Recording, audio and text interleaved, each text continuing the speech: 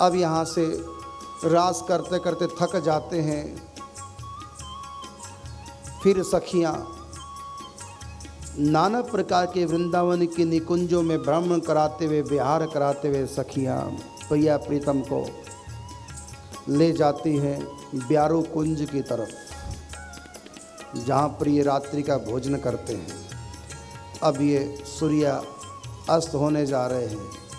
देखो अस्त हो गए, अंधेरा बढ़ता जा रहा है। सूर्य अस्त होते जा रहे हैं, अंधेरा बढ़ता जा रहा है। अब हो गई रात का समय, सूर्य छुप गए, रात हो गई। अब जा रहे हैं रात्रि की प्रथम बेला। मणिमय रास्ते हैं, मणिमय गमले, मणिमय यहाँ के वृक्ष, यहाँ के पत्ते भी मणियों के बने हुए हैं। रात का समय हो गया है, दिन का उजाला समाप्त। अब जो जो आगे बढ़ेंगे रात बढ़ती चली जाएगी। अब सबसे पहले ये चौराहा आया है।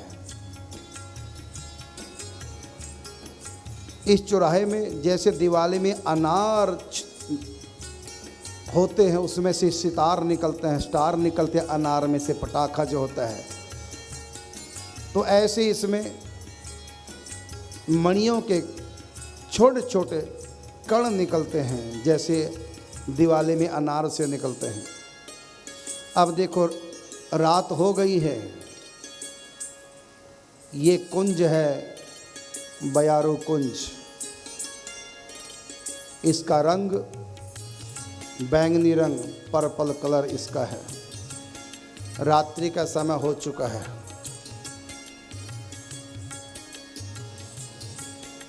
इसी रंग के गमले, इसी रंग के वृक्ष, बेलपतियाँ इसी रंग के, इसी रंग का मणिमंडल, इसी रंग की ये ब्यारू कुंज, इसी रंग का जल, इसी रंग के वृक्ष। अब ये मणिमंडल, इसके ऊपर ये जो देख रहे हैं आप निकुंज, ब्यारू कुंज, जहाँ रात्रि का भोजन आरोगते हैं प्रिया प्रीतम।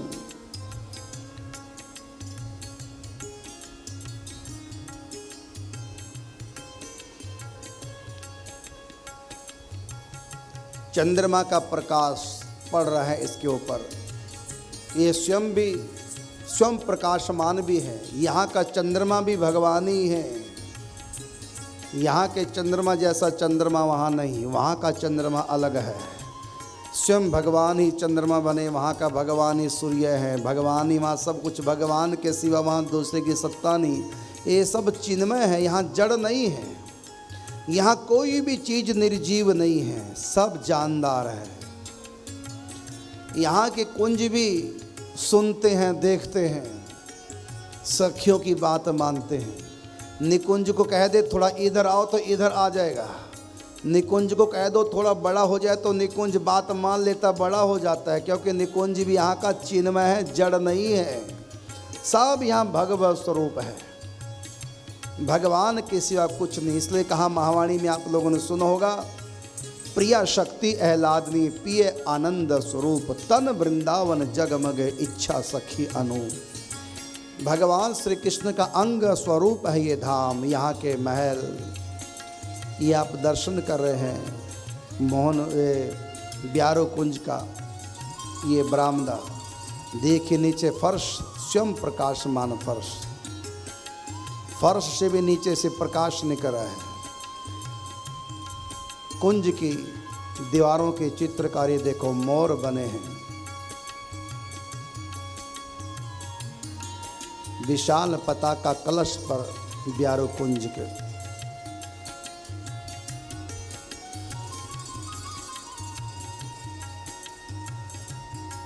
रात्रि का समय है,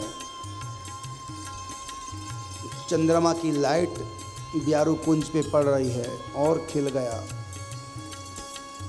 मणिमंडल की भी सुंदर सुंदर आकृतियां मन को मोहने वाली। ये काम रूप धाम है। सखियां जो भी मन में संकल्प करती हैं, वैसे ये धाम अपना रूप प्रकट कर देता है। मणियों के स्तंभ, मणियों के द्वारा निर्मित, और ये जड़ नहीं है। ये मणियाँ इतनी कोमल हैं कि कोई जोर से सिर भी पटके तो सिर में चोट ही नहीं लगती। स्पंज की तरह मुलायम मणियाँ हैं, पत्थर जैसी दीवारें नहीं हैं। यहाँ कोई फिसल के गिर जाए तो चोट ही नहीं लगती। यहाँ सर कोई टकराए दीवार से तो सर पे भी चोट नहीं लगती। बिल्कुल कोमल मणियाँ हैं, सुगंधित मणियाँ, कोमल मणियाँ हैं। ऊपर से कोई नीचे कूद जाए तो चोट नहीं लगती। धरती ऐसी जैसे स्पंज पर कूद गए हो। इसलिए यहाँ जैसे मर्जी खेल किलोल करो। देखो कितना सुंदर ये निकुंज, कितनी प्यारी लग रही है। इन निकुंजों का चिंतन करो। राधा कृष्ण का चिंतन नहीं होता मत करो, बस आंख बंद करके बैठ जाओ। इन निकुंजों का चिंतन करो, क्योंकि ये निकुंजें स्वयं श्री कृष्ण बने हैं। राधा कृष्ण ही ये धाम वृंदावन है, उन्हीं का स्वरूप है। अब प्रिया प्रीतम को यहाँ पर सखियाँ 56 भोग अर्घवाती हैं, पकवान नाना प्रकार के। इसके बाद सखियाँ प्रिया प्रीतम को भोग अर्घवा कर ब्यारू भोग आरती करती हैं, शयन आरती। देखिए मणिमय कुंज, मणियों का प्रकाश यहाँ की धरती से रास्तों से निकल रहा है। अब एक चौराहा आ गया रास्ते में।